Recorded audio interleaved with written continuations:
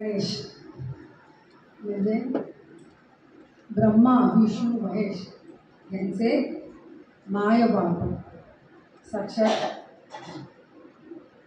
तिच्यात लिहिलेलं आहे. आता या गणेशाचे आपण गणेशाला काय अर्पण करतो? दुर्वा. त्या दुर्वामध्ये किती कडे असतात? 3 कडे असतात. बाजूच्या 2 असतात त्या कशा असतात?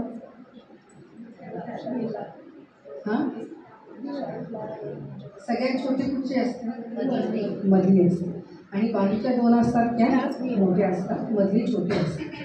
ब्रह्मा विष्णू महेश. ब्रह्मा म्हणजे रजगुण, विष्णू म्हणजे सत्वगुण आणि महेश म्हणजे तमगुण. तेच हे दुर्वा सांगतात. म्हणजे ह्याच्यात काय आहे की रजगुण आणि तमगुण हे काय आहे आपल्यामध्ये जास्त आणि सत्वगुण कसं आहे कमी. तर आपल्याला काय प्रयत्न करायचा आहे? सत्वगुण वाढवायचा, रज आणि तमगुण कमी करायचं, घालवायचा नाही, कारण त्याची पण गरज आहे, हो की नाही? नाहीतर काय होईल, सत्वगुण म्हटलं म्हणजे नुसतंच इथे कोणी मारलं तर मार, इथे मार असं नाही होत.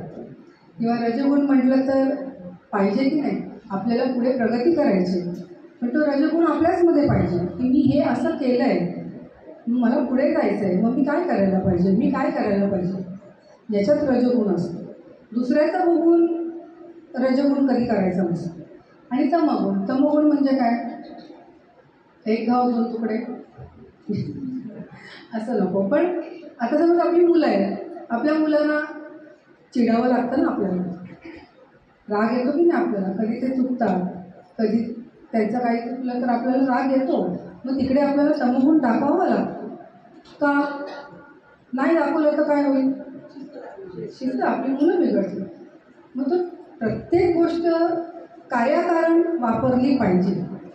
आणि जर हे नाही वापरलं तर ते योग्य नाही होणार. त्यामुळे पण त्यामध्येही असं म्हणतात की तमगुण हा आणि रजगुण हा थोडा कमी प्रमाणात असावं आणि सत्वगुण हा आपला वाढवा.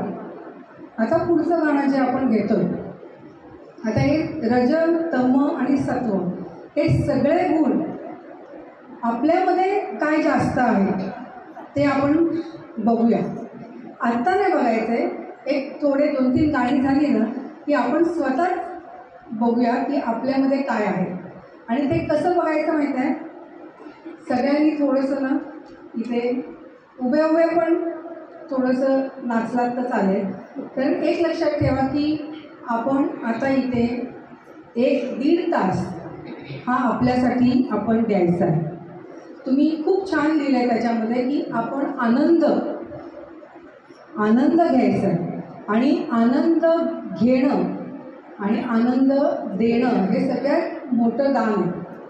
आत्ताच्या ह्याच्यात खरंच सांगते की माणसाला विचार काय कसं आहे, हां ठीक आहे असं होतं. असं नाही पाहिजे. कशी आहेस? कोणी विचारलं तर कशी आहेस? उत्तम आहे, मस्त आहे, हो की नाही? हे आपल्या मुखातनं निघालं पाहिजे. त्यामुळे आपल्याला काय करायचं आहे, आता पुढचं गाणं घेऊया. आणि मग तुम्हाला गेल्या वर्षी आपण पुढचा विषय घेतलेला आठवत आहे का? नवविधा भक्ती. मग आज आपण दुसरा विषय घेऊया. तो थोडासा जरा अवघड आहे. नवविधा भक्ती म्हणजे ते आपण पूर्ण देवाचं कशी भक्ती करायची हे सांगितलेलं आहे. तर आज ना आपण आपली भक्ती कशी करावी हे ऐकायचं. आणि हे ऐकणं आणि ते पचवणं आणि त्याची क्रिया कशी करणं हे खूप कठीण आहे. पण त्याच्यात पण एक मजा आहे, ती पुढे आपण बघत जाऊया. आता दुसरं गाणं आपण घेतील आपले अरविंद पंडिरे दादा.